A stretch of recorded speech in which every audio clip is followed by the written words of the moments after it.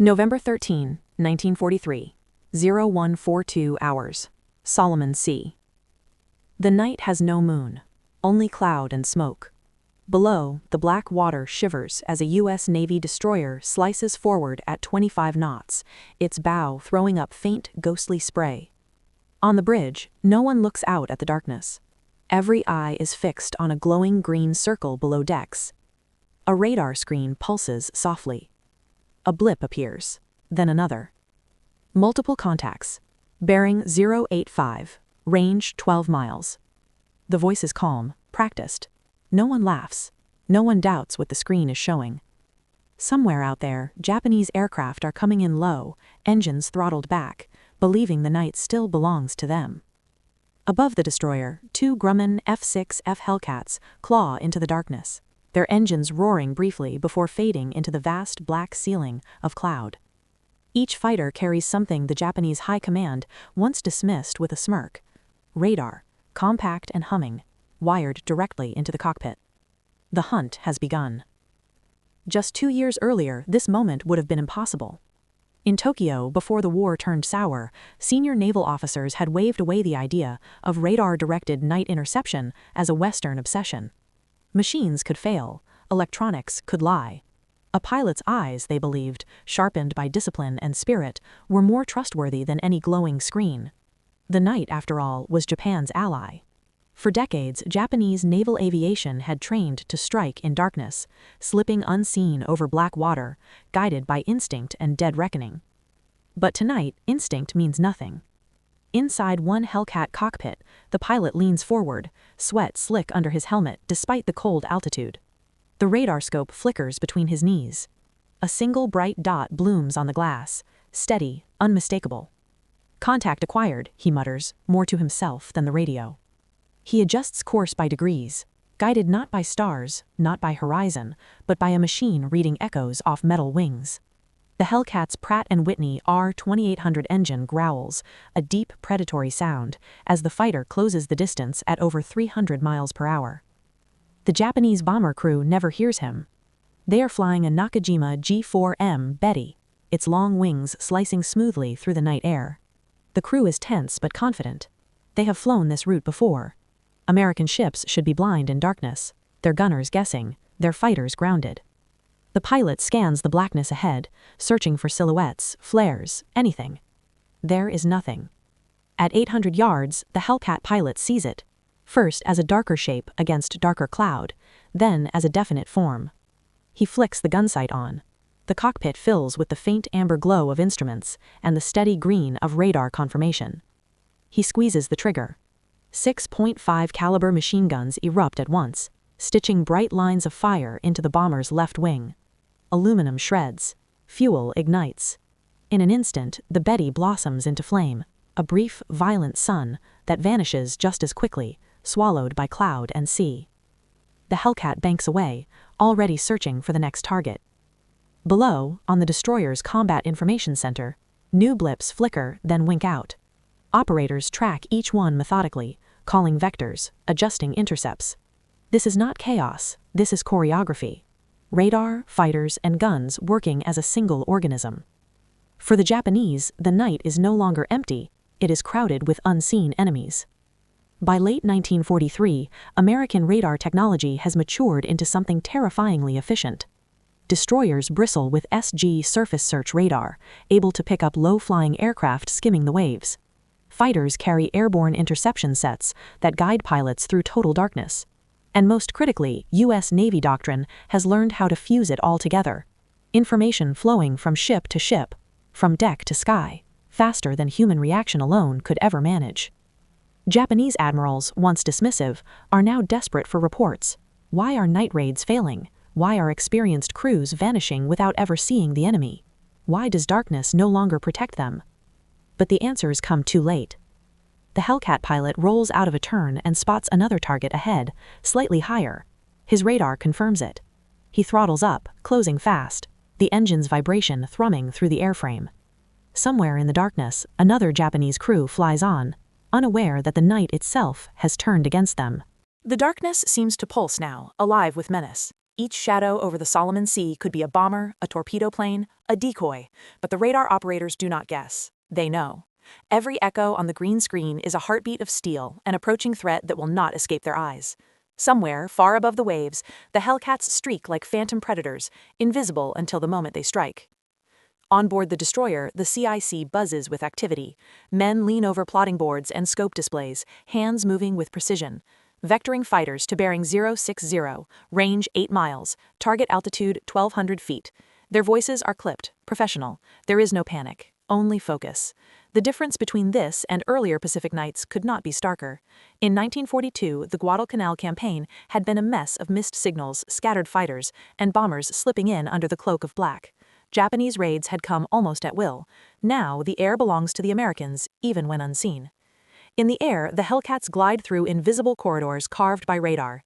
Inside the cockpit, every instrument is a lifeline.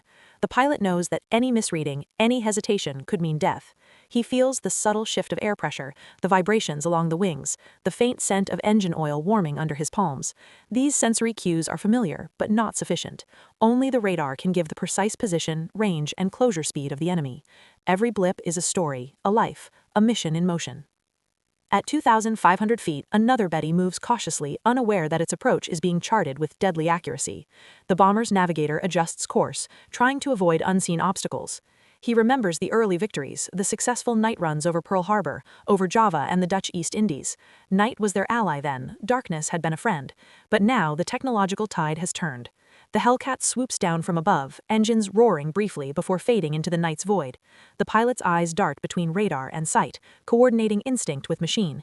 He anticipates the bomber's evasive maneuvers, predicting movements from subtle patterns. His trigger fingers twitch, ready. And then, a sudden flare of orange illuminates the bomber's wing. The first stream of tracers tears through, igniting fuel tanks and tearing the aluminum frame. Crewmen scream as the plane convulses in fire, spinning toward the waves below. A distant splash echoes, swallowed by the ocean's vast expanse. Below, the destroyer's crew adjust fire control radars to track a second wave of attackers. Torpedo planes skimming low are identified, bearing their approach, calculating intercepts. The SG radar, designed to detect small objects over water, tracks each craft with deadly precision. The destroyer's gunners respond in coordination, firing proximity-fused shells that light up the night with orange and white blooms. Water spray, fragments of aircraft hulls, and burning fuel fall into the sea like a metal rain. The Japanese pilots, trained to rely on visual detection, find themselves blinded by this new reality, an enemy that can see in darkness, predict their path, and destroy them before they even reach their targets. Back in Tokyo, reports trickle in. Admiral Yamamoto's early warnings of overconfidence have echoed through the fleet, but now the intelligence officers cannot disguise the truth.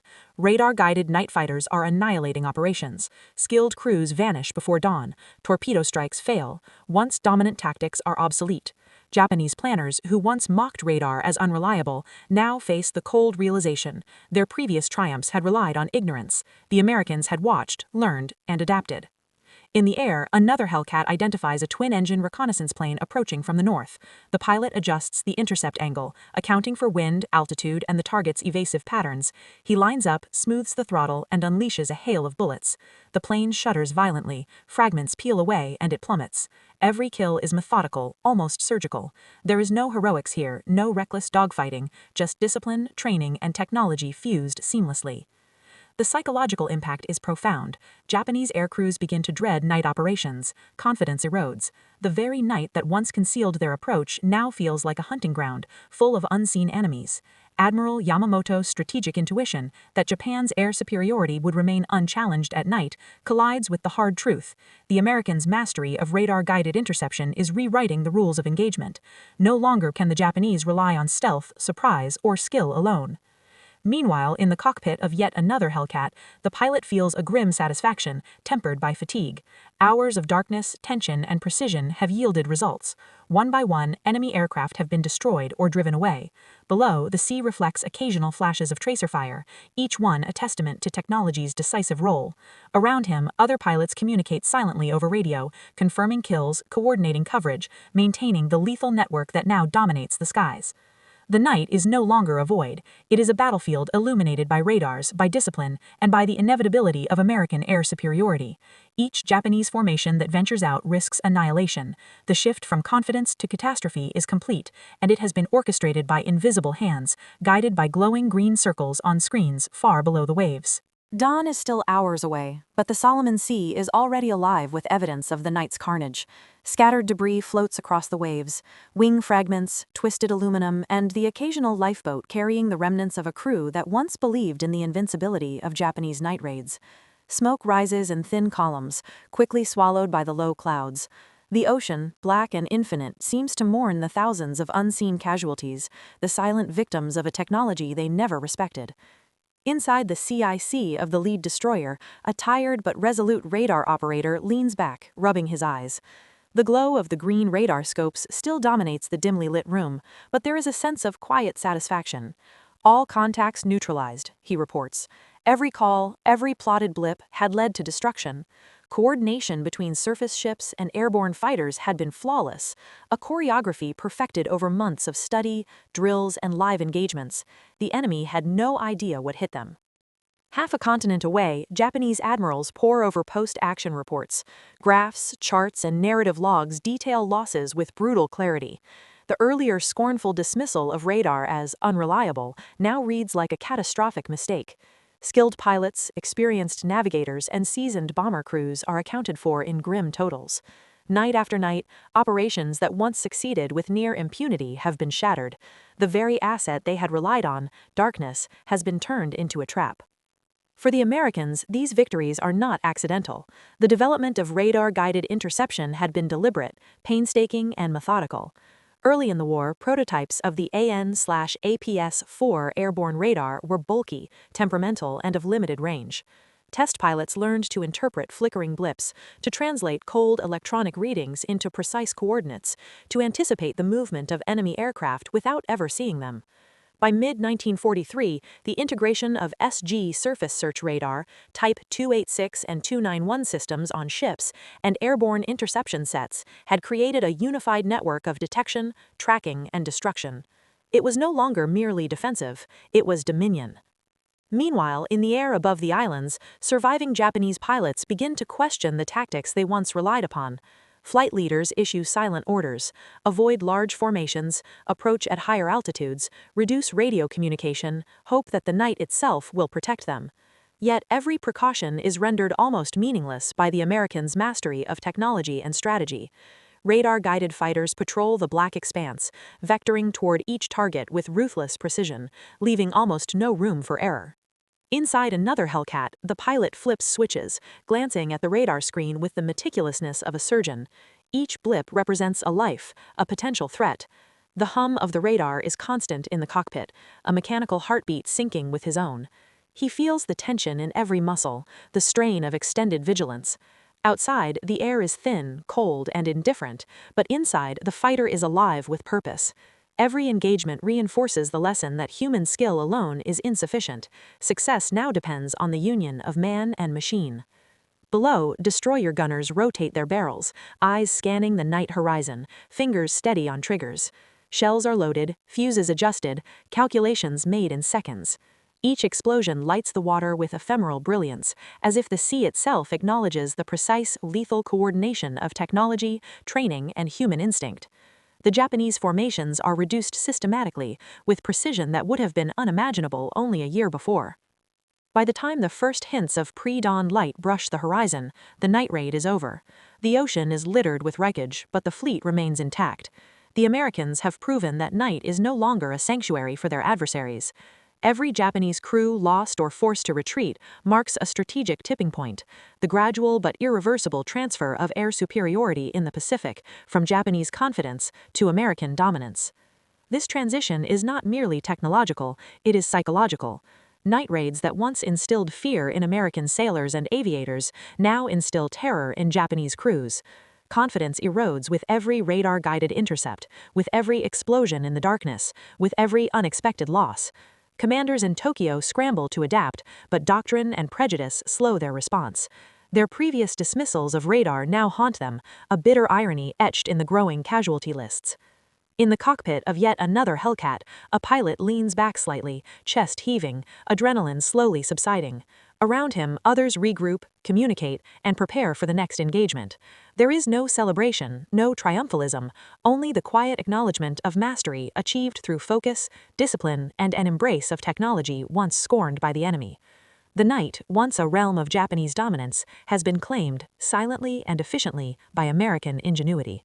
The sun has not yet risen, but the first hints of gray light seep into the horizon, casting a pale reflection across the rippling waters of the Solomon Sea.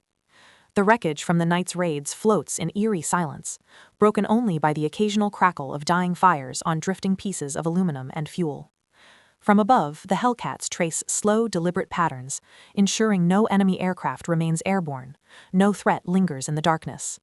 Their engines, once roaring, now hum quietly as the pilots perform systematic sweeps, a mechanical ballet in the pre-dawn gloom. On board the flagship destroyer, officers gather around the CIC's radar screens. Each blip, each fading trace represents another tally in the meticulous accounting of a night of destruction. Confirmed kills, 12, reports the lead radar operator, his voice low but precise. No craft escaped contact. The room remains tense, but there is pride in their efficiency. Every man understands that these numbers are not merely statistics. They are the embodiment of a doctrine that blends human skill and machine precision into a single lethal organism. In contrast, the Japanese Navy reels in confusion. War room reports document the magnitude of the losses: experienced pilots lost, aircraft destroyed, and strategic objectives foiled. Analysts attempt to identify patterns, hoping to find a vulnerability in the American defenses, but the truth is undeniable. Radar-guided interceptions have nullified what had previously been Japan's most trusted tactical advantage: night. The belief that stealth and darkness could offset technological inferiority has crumbled. The High Command had once mocked radar as unreliable, but now it is the instrument of their undoing. Far above, a Hellcat pilot glances at the early light breaking through clouds. He thinks of the difference between this night and the Guadalcanal engagements of 1942. Back then, Japanese bombers had struck with near impunity. The Americans had struggled with scattered intelligence, incomplete coordination, and no reliable means to detect night attacks until visual sightings or the ringing of alarms. Every sortie was a gamble. Tonight, however, the gamble has been entirely inverted. Technology, the radars aboard ships and in the cockpits of aircraft, has tilted the odds decisively. The night no longer favors instinct or courage alone. It favors data, speed, and coordination. Meanwhile, back in Tokyo, naval staff convene emergency meetings. Reports show that traditional Japanese night raid strategies are failing consistently. The aircrews are demoralized. Commanders scramble to revise doctrine that only months ago was considered invincible. Training schedules are rewritten, but time is scarce, and the Americans continue to adapt. What was once theoretical, a reliance on radar and airborne interception, has now been proven in live combat, and the enemy is learning at a pace that Japan cannot match. On the ocean below, waves lap against the floating debris, carrying the remnants of the night's destruction. A downed Betty bomber smolders, its aluminum skin warped and blackened by fire. Occasionally, a survivor is spotted clinging to wreckage, eyes wide in shock and exhaustion, only to be hauled aboard an American vessel. For these sailors and airmen, the night has been terrifying, precise, and absolute. They do not speak of heroics, they speak of coordination, training, and the unforgiving efficiency of technology harnessed to human skill.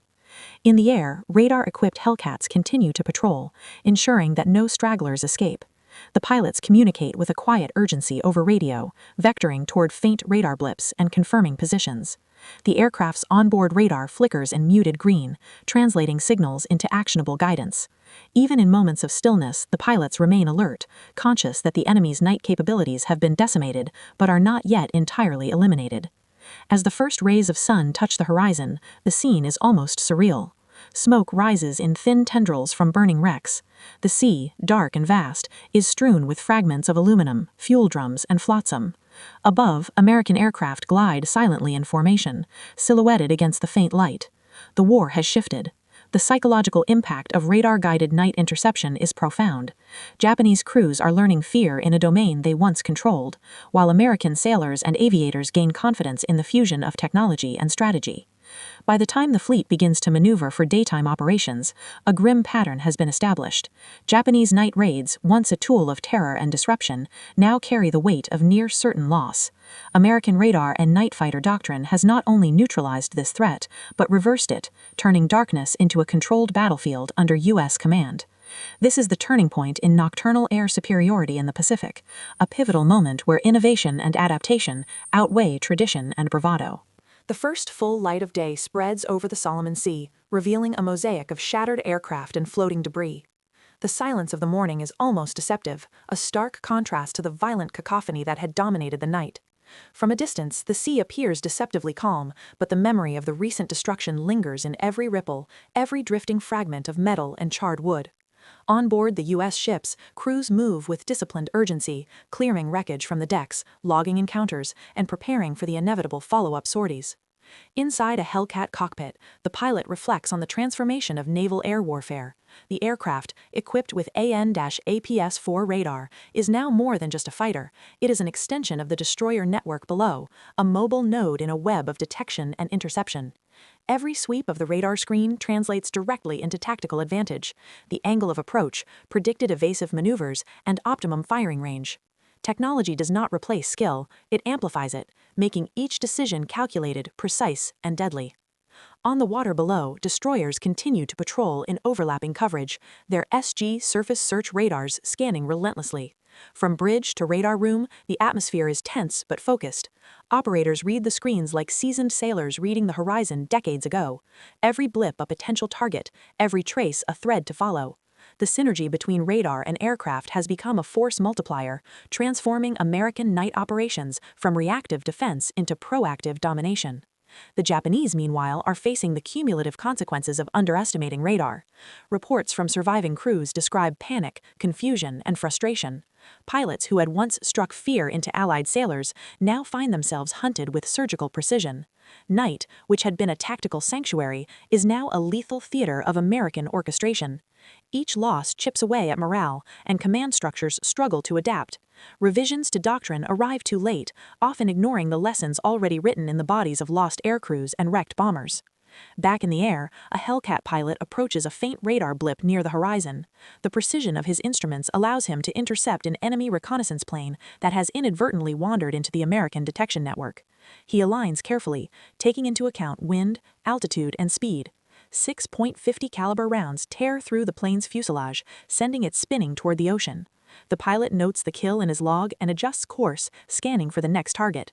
There is no adrenaline-fueled chaos here, only meticulous execution, each movement guided by radar and doctrine honed through repeated engagement. Across the Pacific theater, the lessons of this night are being absorbed rapidly. Radar-guided interception is no longer experimental, it is doctrine. Fighter pilots are trained not just to fly, but to integrate radar data seamlessly into tactical decision-making. Destroyers, cruisers, and carriers are equipped with surface search and airborne interception radars, creating overlapping zones of detection that leave little room for error. The Americans have transformed the night from an environment of uncertainty into a battlefield of predictability, precision, and control. The psychological dimension cannot be overstated. Japanese crews, once confident in their nocturnal dominance, now face the terror of invisibility betrayed. Each night sortie carries an almost inevitable risk of interception. Training, bravery, and skill are no longer sufficient shields. The shift in morale parallels the shift in capability.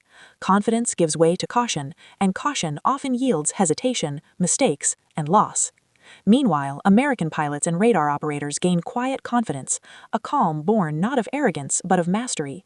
They know their systems, trust their instruments, and operate within a framework where technology and strategy are inseparable. This new paradigm of night warfare is not merely reactive, it is anticipatory, predictive, and overwhelmingly effective. The American Navy has not just leveled the playing field, it has inverted it, converting darkness into a controlled and lethal domain. As the morning sun rises fully over the ocean, the last drifting wreckage is catalogued, survivors rescued, and damage assessments underway. The night's operation has been decisive, yet it is merely one engagement in a broader strategic transformation.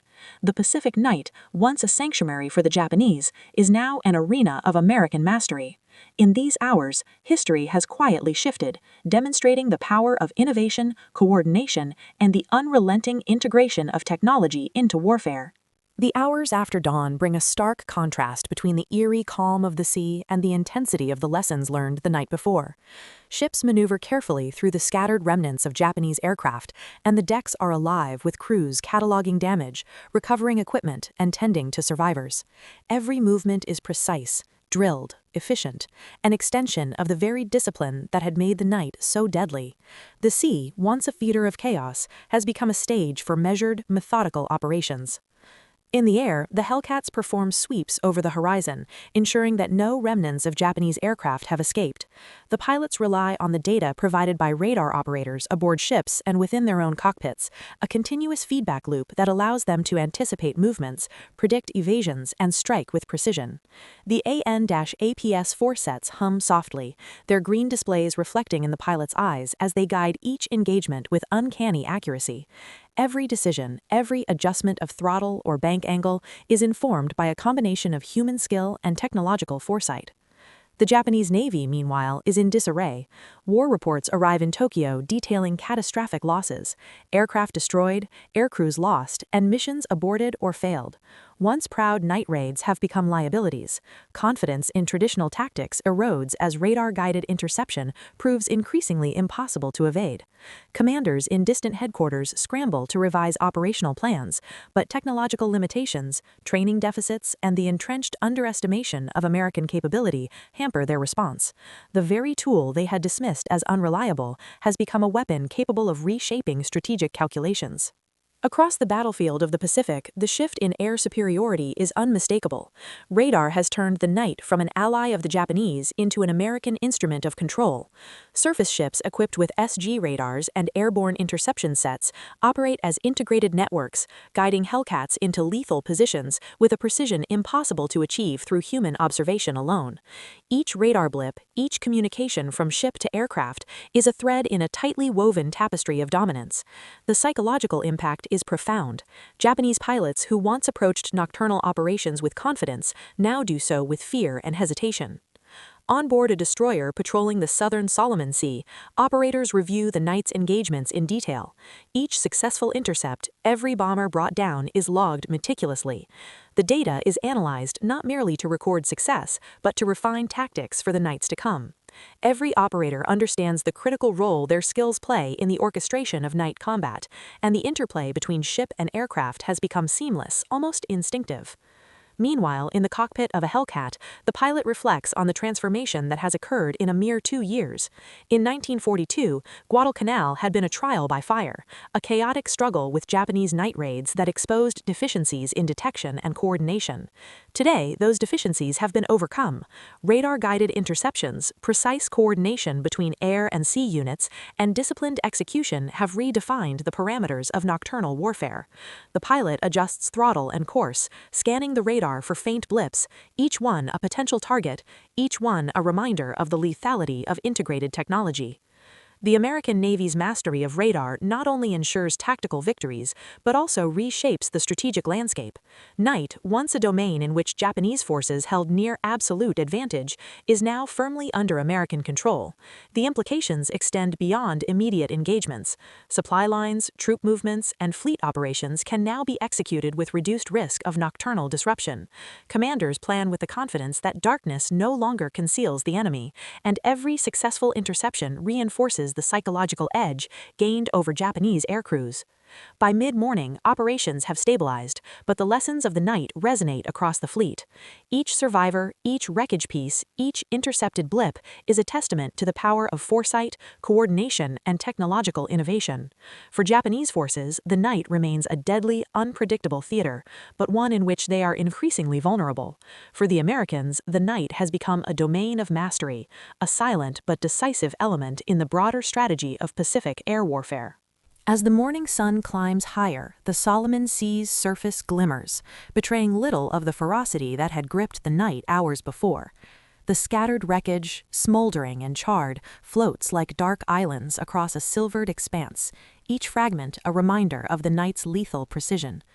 The sea is deceptively calm, but every American sailor and pilot knows that the previous hours have permanently altered the rules of engagement over these waters.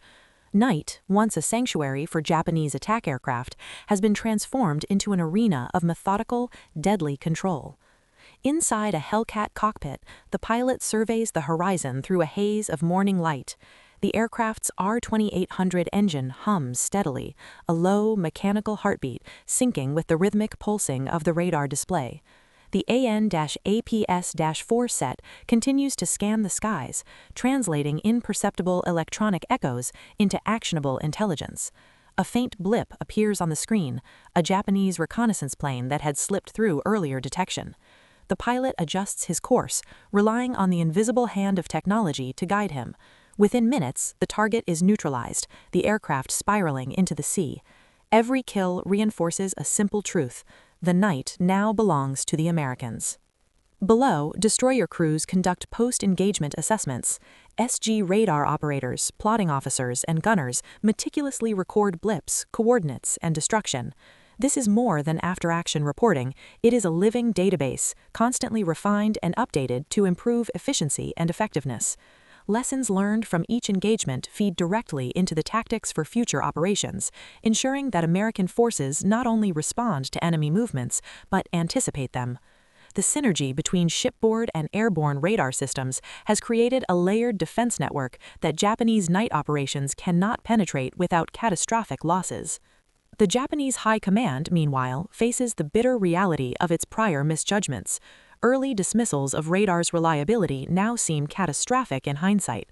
Reports arrive detailing loss rates that are unacceptable by any standard: trained pilots gone, bombers destroyed, raids aborted or rendered ineffective. Confidence has eroded, replaced by fear and uncertainty. Night raids that were once celebrated as demonstrations of skill and stealth now carry almost certain risk of interception and destruction. The psychological shift mirrors the technological one. The fear of the invisible hunter haunts every remaining pilot. On board a Hellcat, the pilot adjusts his radio and communicates with wingmen. The coordination is seamless, almost instinctive, the product of rigorous training and repeated exposure to radar-directed operations. Each aircraft functions as a node in a larger network, feeding positional data into a web that covers vast distances with near-perfect efficiency. Even the faintest blip is transformed into a tactical opportunity, allowing pilots to execute calculated interceptions without ever visually spotting the enemy until the final moments.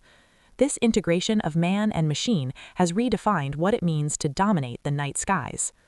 Back in the CIC of the destroyer, radar operators track multiple contacts approaching from different vectors. Contact, bearing 075, altitude 900 feet, intercept course advised. The information flows instantly to airborne fighters, which adjust their flight paths with precision. The Japanese aircraft, relying on outdated doctrines and visual detection alone, are blindsided. Within minutes, the coordinated American network brings down enemy planes with methodical, almost surgical efficiency. The night has become a controlled battlefield, and the consequences for those who enter it without respect for radar technology are catastrophic. Across the Pacific theater, the strategic implications of these victories begin to take shape. American control of the night alters the balance of power, affecting supply lines, troop movements, and the timing of larger naval operations. Japanese planners must account for a factor that had been dismissed as unreliable just months earlier: the ability of radar-equipped aircraft and ships to detect, track, and destroy night raids with precision. Every engagement reinforces this reality, reshaping Japanese doctrine under the pressure of repeated defeat. By mid-morning, the American fleet consolidates its gains. The remaining Japanese aircraft are either destroyed or forced to retreat. The radar networks continue to hum, the Hellcats patrol in coordinated patterns, and the destroyers maintain vigilant sweeps. Each element of this complex system functions in concert, demonstrating that victory in the Pacific is no longer just a matter of bravery or experience.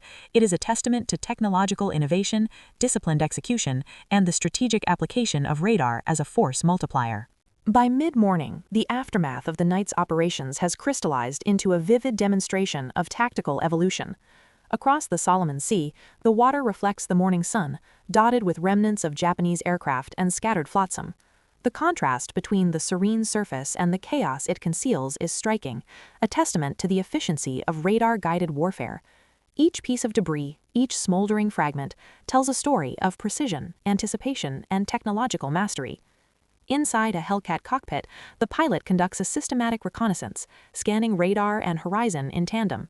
The AN/APS-4 radar hums steadily, translating electronic echoes into actionable intelligence. A faint blip appears on the screen, a lone reconnaissance plane, attempting to evade detection by flying at minimal altitude and reducing radio emissions. The pilot adjusts throttle and bank angle, aligning for an intercept calculated to perfection. Within moments, the enemy aircraft is neutralized, spiraling into the dark waters below. This is not chance. It is a consequence of integration, coordination, and disciplined execution, amplified by technology. Below, destroyer crews continue meticulous post-engagement operations. Radar operators record data from the night's encounters, cross-referencing with deck logs and pilot reports. Every blip, every trace, every kill is cataloged with precision, creating a constantly evolving database of enemy tactics, preferred flight paths, and vulnerabilities. This intelligence is immediately applied to adjust patrol patterns, vector future interceptions, and optimize ship positioning. The synergy between surface and air units has become a force multiplier of unprecedented effectiveness. Japanese command in Tokyo reacts with a mixture of frustration and disbelief. Reports detail the near-total failure of night raids, the loss of experienced crews, and the inability of conventional tactics to overcome American radar capabilities. Officers who once dismissed radar as unreliable now confront the stark reality of its effectiveness. The psychological toll is profound. Fear replaces confidence, hesitation supplants aggression, and caution undermines initiative. The once dominant night operations of the Japanese Navy have been reduced to dangerous, high-risk ventures, with success increasingly improbable. Meanwhile, across the American fleet, lessons learned from each engagement are instantly applied. Commanders and radar operators continuously refine tactics, experimenting with intercept angles, timing, and coordination to maximize efficiency. Air crews internalize these lessons in real time, translating radar data into split-second decisions that result in successful kills with minimal risk. This dynamic, feedback-driven approach represents a paradigm shift in naval warfare, where night operations are no longer uncertain gambits, but highly controlled exercises in lethal precision. The human element remains critical. Pilots experience fatigue, stress, and heightened awareness as they navigate the darkness and interpret radar data simultaneously. Each decision, whether to adjust course, throttle, or weapons deployment, is informed by a combination of instinct and real-time electronic intelligence. Radar does not replace the pilot, it augments him, transforming perception into actionable advantage. Similarly, radar operators on ships exercise judgment in filtering signals, prioritizing targets, and coordinating with airborne units. The interplay between human cognition and machine capability defined the effectiveness of every engagement. Across the Pacific Theater, the implications extend beyond individual skirmishes. Night control reshapes strategic calculations. Supply convoys can travel with reduced risk, offensive operations can be synchronized to exploit enemy vulnerabilities, and larger fleet maneuvers can be executed with confidence in nocturnal surveillance. Japanese planners, constrained by doctrine and limited radar capability, struggle to adapt. Each failed raid reinforces the psychological impact, creating an environment where fear and uncertainty dictate operational choices. By late morning, the American Navy's mastery of the night has become undeniable. The seas, once a domain where Japanese forces could exploit darkness, now reflect the precision, coordination, and lethal efficiency of radar-guided operations. Pilots and radar operators alike understand that technological integration has shifted the balance irreversibly. Night is no longer an ally of the enemy. It is a domain controlled, mapped, and dominated. As the sun climbs higher over the Solomon Sea, the strategic consequences of radar-guided night operations begin to crystallize. From the decks of destroyers to the cockpits of Hellcats, the Americans operate within a network of unprecedented coordination. Radar blips are no longer abstract signals. They are actionable intelligence guiding split-second decisions with lethal accuracy. Each engagement reinforces a broader pattern. The night, once a weapon in the hands of Japanese crews, has been seized and controlled. On board a carrier, pilots prepare for the next rotation, reviewing maps, radar logs, and engagement reports. Each sortie builds on the last, creating a cumulative knowledge base that anticipates enemy movements. The combination of airborne radar, surface search radars, and skilled human operators transforms the night into a predictable battlefield. Japanese aircraft, once confident in their ability to operate unseen, face a reality where stealth is obsolete and visibility is dictated not by natural light but by electronic detection. In Tokyo, naval intelligence officers grapple with mounting losses and mounting questions. Commanders who once dismissed radar face the bitter truth. Their assumptions about the unreliability of technology were catastrophic. Every intercepted raid, every destroyed aircraft, and every lost crew member highlights the consequences of ignoring innovation. Doctrinal rigidity and skepticism have ceded initiative to an enemy that adapts, integrates, and exploits technology with lethal precision. The psychological dimension is acute. Fear replaces confidence, and hesitation now defines night operations. In the air, a Hellcat pilot engages a lone enemy aircraft attempting a high-altitude reconnaissance run. Using radar guidance, he closes the distance with perfect timing. The target's evasive maneuvers are anticipated and countered, leaving the Japanese pilot little chance of survival. The kill is swift and precise, emblematic of a broader operational doctrine. The integration of human skill and machine intelligence transforms uncertainty into control. The pilot logs the kill, adjusts course, and scans for the next target. Each engagement reinforces the supremacy of radar-guided tactics. Back on the destroyers, radar operators continue meticulous sweeps. Each operator acts as part of a coordinated system, communicating vectors to pilots, tracking multiple targets simultaneously, and ensuring that no enemy aircraft escapes detection. The synergy between surface and air units is now so refined that American forces can predict enemy flight patterns and strike with near-perfect timing. The psychological impact on Japanese pilots is profound. What was once a strategic advantage, the cover of night, has become a trap, turning stealth into vulnerability. Across the theater, the transformation in nocturnal warfare begins to influence broader strategic operations. Convoys and troop movements can now be planned with confidence, relying on the assurance that American radar networks provide continuous surveillance. The threat of night raids, once a persistent concern, is now largely mitigated. Commanders in the field leverage this advantage, coordinating operations that exploit Japanese vulnerabilities while minimizing exposure to counterattacks. Even as the morning progresses, the lessons of the previous night remain fresh. Survivors of Japanese attacks recount terrifying experiences: aircraft vanishing under invisible pursuit, explosions erupting without warning, and the unrelenting presence of American fighters guided by unseen electronic eyes. The psychological toll compounds with each failed mission, eroding morale and confidence. For the Americans, each successful night operation builds institutional knowledge and strategic dominance, reinforcing the symbiosis of technology, training, and human discipline. By mid-afternoon, the fleet consolidates and prepares for subsequent operations. Radar networks hum continuously, Hellcats rotate on patrol, and destroyers maintain vigilant sweeps. The American mastery of night operations is complete for this engagement, establishing a template for future campaigns. The Japanese, meanwhile, are forced to confront a reality that their previous doctrines cannot overcome. The night is no longer theirs. Their advantage has been neutralized, replaced by fear, loss, and the relentless efficiency of radar-guided warfare. By late afternoon, the full impact of radar-guided night warfare has become undeniable. The Solomons, once a theater of uncertainty under the cover of darkness, now operate under American control. Destroyers maintain vigilant patrols, their SG radar systems scanning relentlessly for the faintest hint of enemy activity. Above, Hellcats rotate in calculated patterns, their AN-APS-4 radar sets, allowing pilots to detect, track, and intercept Japanese aircraft before visual contact is ever made. The battlefield, previously dominated by instinct and daring, has become a precise, controlled environment dictated by technology and coordination. On board the flagship, officers review engagement logs and radar records, meticulously noting patterns and anomalies.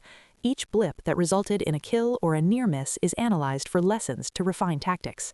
The human-machine integration that guides these operations has become second nature. The radar is an extension of the pilot's senses, just as coordination between ship and aircraft has evolved into seamless choreography. Every success reinforces confidence in the system and demonstrates that night, once a theater of Japanese advantage, is now firmly under American mastery. Across the Japanese command structure, frustration and disbelief mount. Reports describe the devastating losses: aircraft destroyed, seasoned pilots lost, and night operations rendered nearly impossible. The dismissive attitude toward radar, once considered an unreliable novelty, now appears as a fatal miscalculation. Strategic assumptions crumble under the relentless efficiency of American forces. Night raids, formerly a tool of terror and disruption, are now high-risk operations with slim chances of success. The psychological toll on Japanese crews is profound. Fear replaces confidence, hesitation replaces initiative, and every sortie carries the looming certainty of interception. In the air, Hellcat pilots continue systematic sweeps, their eyes alternately on radar screens and the dim horizon. Each radar blip is a thread in a network that anticipates enemy movement, directs intercepts, and coordinates with surface units in real time. Japanese aircraft attempting evasive maneuvers find themselves caught in a web of detection and response. Within moments, targets are neutralized, often before they are visually identified. The combination of technology, coordination, and disciplined execution ensures that American forces dominate the night skies with overwhelming efficiency. Below, destroyer gunners remain vigilant, scanning for any low-flying aircraft. Proximity-fused shells, guided by radar data, create lethal zones in the airspace above, further reducing the viability of Japanese night operations. Surface vessels and aircraft operate in perfect synchrony, a testament to months of training and doctrinal evolution. This integration has transformed night warfare from reactive engagement into proactive domination, leaving Japanese forces scrambling to adapt. The cumulative effect of these operations is both strategic and psychological. Night, which had previously provided Japanese forces with operational flexibility and surprise, is now a domain of American control. Supply lines, troop movements, and fleet maneuvers can be executed with confidence in nocturnal security. Conversely, Japanese planners must contend with the harsh reality that their traditional advantages have been neutralized by technological innovation and disciplined implementation. The balance of power in the Pacific is shifting, irrevocably altering the dynamics of warfare at night. As the sun dips toward the horizon, the American fleet consolidates, maintains patrols, and prepares for the evening's operations.